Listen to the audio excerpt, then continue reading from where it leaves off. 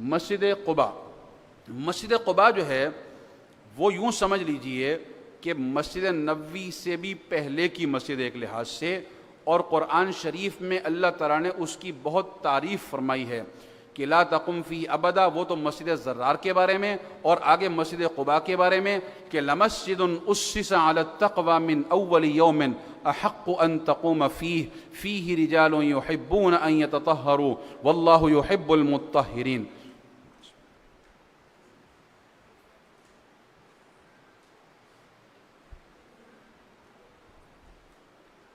مسجد قباء صحیح روایت کے مطابق اس میں 2 رکعت نفل کا ثواب ایک مقبول عمرے کے برابر ہے. کئی لوگ روزانہ عمرہ کر رہے ہیں مدینہ منورہ میں عمرہ روز کر رہے ہیں. وہ کیوں؟ وہ روز مسجد قباء جاتے ہیں، 2 رکعت پڑھ لی ایک عمرہ، پھر 2 پڑھ لی ایک اور عمرہ، پھر 2 پڑھ لی ایک اور عمرہ. تو اس نیت سے مسجد قباء آپ لازمی جائیے گا. یہ جو اجتماعی زیارات ہیں وہ تو ہیں، لیکن آپ کوشش کر لیں کہ چلیں روز نہ ہو تو اس پورے سفر میں 2-4 دفعہ تو چلے ہی جائیں.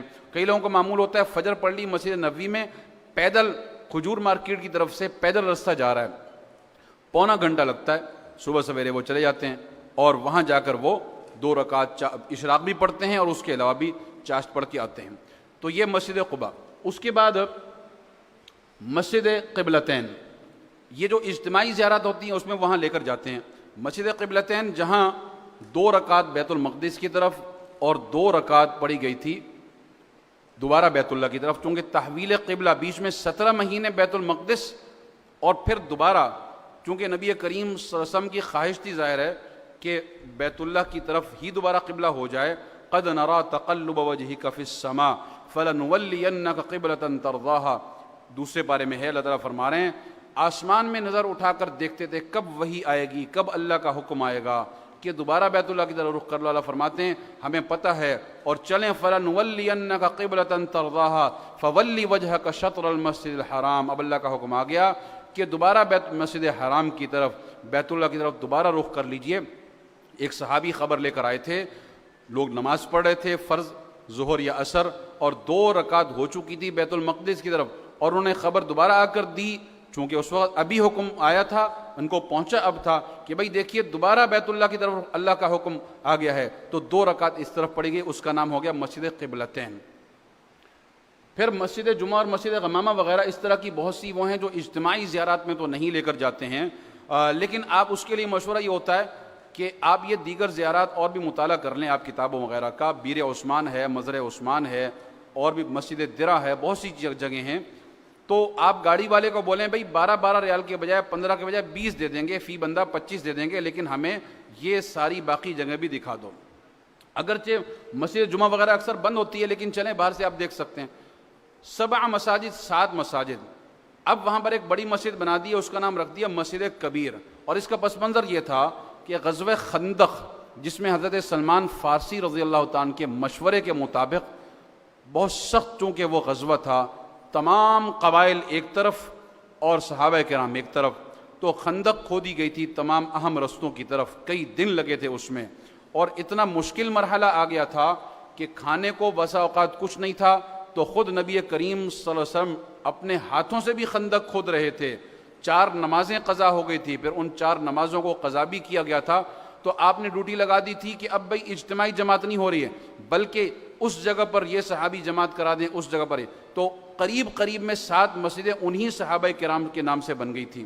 اب وہاں پر 2 رہ گئی ہیں باقی انہوں نے ایک بڑی مسجد بنا دی ہے مسجد کبیر. وہاں جا کر کچھ نماز پڑھ لیں. اور خندق کے نشانات اب بھی موجود ہیں آس پاس، اگرچہ باڑ لگا دی گئی ہے لیکن پتہ چل رہا ہوتا ہے، وہاں جا کر آپ یہ زیارت کریں. اس کے بعد ہے جبل احد. غزوہ احد جو پیش آیا ہے مدینہ منورہ مسجد نبوی سے 3 میل ہے تقریباً. تو وہاں آپ گاڑی میں جائیں گے، وہاں 70 شہداء احد مدفون ہیں. یہ آپ دیکھ رہے ہیں کہ ایک پلاٹ بنا ہوا ہے اور اس کی دیوار میں شیشہ ہے اور نظر بھی آتا ہے وہاں سے. ہاں الگ الگ تو آپ نہیں پوچھ سکتے کہ اچھا بھئی فلانے کی قبر کہاں ہے، لیکن 70 شہداء احد وہاں مدفون ہیں، جن میں سید الشہداء حضرت امیر حمزہ رضی اللہ تعالیٰ عنہ بھی ہیں.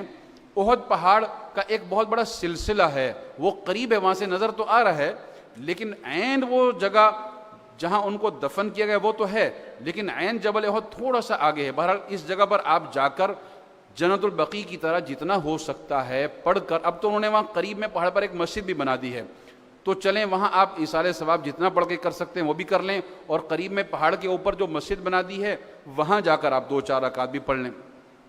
یہ زیارات آپ اپنے طور پر کریں گے، خواہ مکہ مکرمہ کی زیارات ہوں یا مدینہ منورہ کی زیارات ہوں، یہ اپنے طور پر آپ کریں گے۔ آخری حاضری الوداعی حاضری دیں گے نبی کریم صلی اللہ علیہ وسلم کے دربار میں، اس نیت سے کہ ظاہر ہے اتنے دن آپ رہیں، خواہ آپ ڈائریکٹ مدینہ گئے تھے یا بعد میں مدینہ آئے تھے، ظاہر ہے اب آپ کی واپسی تو مدینہ اس سفر میں نہیں ہونی ہے، تو اس نیت سے آخری حاضری دیں گے کہ گویا کہ اب میں الوداع ہو کے رخصت ہو کر جا رہا ہوں۔ تو جب آپ کہیں جاتے ہیں تو اپنے بڑوں سے ملتے ہیں، تو ظاہر ہے کہ نبی کریم صلی اللہ علیہ وسلم سے الوداعی ملاقات کرنے کے لیے، الوداعی سلام کرنے کے لیے آپ تشریف لے جائیں گے، اور اس کے بعد جب آپ واپس آئیں گے ان تمناؤں کے ساتھ، اس دعا کے ساتھ کہ اللہ تعالیٰ آئندہ بھی آپ کو یہاں بلاتے رہیں، عمرے کی سعادت، حج کی سعادت غیب سے آپ کو نصیب فرماتے رہیں، اور جب تک ممکن ہو مڑ کر روضہ مطہرہ پر آپ کی نظر پڑتی رہے، گنبد خضراء پر اس کو آپ دیکھتے رہیے۔